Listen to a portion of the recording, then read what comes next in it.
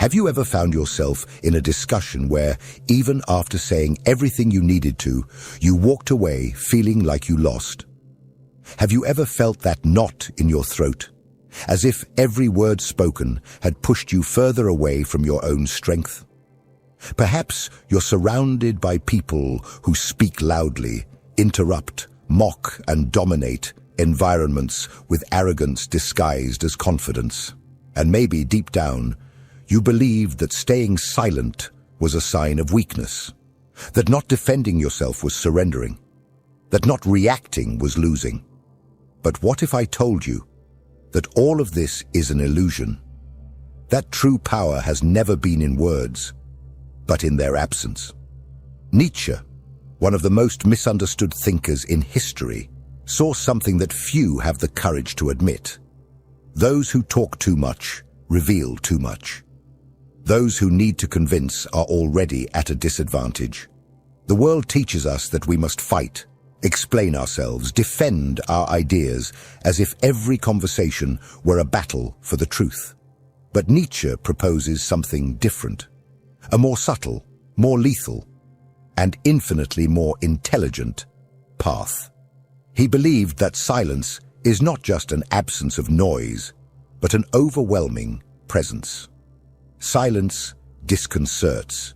It destabilizes. It forces the other to confront themselves.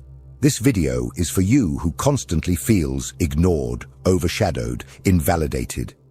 For you who leaves conversations with the feeling that no one really heard what you meant to say.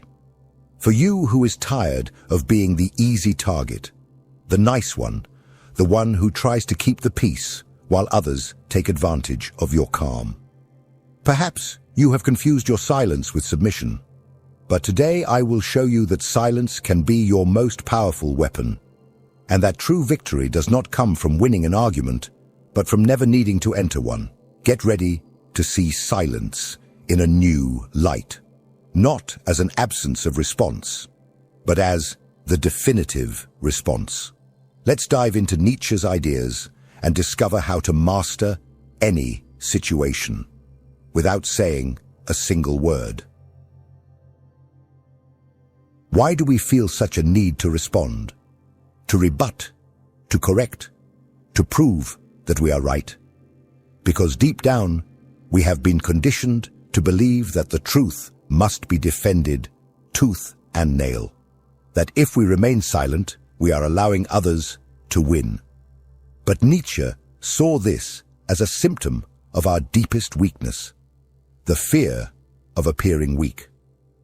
And behind this fear lies the ego, a fragile ego that cannot stand being questioned, that confuses disagreement with attack, and that turns any conversation into a battlefield. Nietzsche said that most people do not seek the truth when they argue. They seek power. They seek to reaffirm their beliefs, not because they are solid, but because if they are shaken, everything crumbles. Argumentation, in this sense, is not a tool of wisdom. It is a defensive armor, a desperate cry from the ego to maintain control of the narrative. And what does this mean? That when you feel compelled to justify yourself, to prove your point, you have already entered their game and lost. Because the simple need to justify your position shows that you are still trapped in the desire to be accepted, validated, understood. Nietzsche called this the herd morality, the behavior of those who live under the expectations of others, who want to be seen as good, correct, just.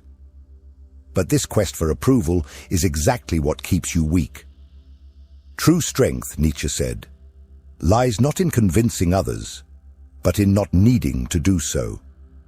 It is in holding your vision, even in the face of laughter, criticism, rejection. It is in being misunderstood and remaining unshaken. What he proposes to us is a type of power that is not measured in verbal victories, but in internal mastery. A power that comes from the ability to remain calm while everyone around you is losing control.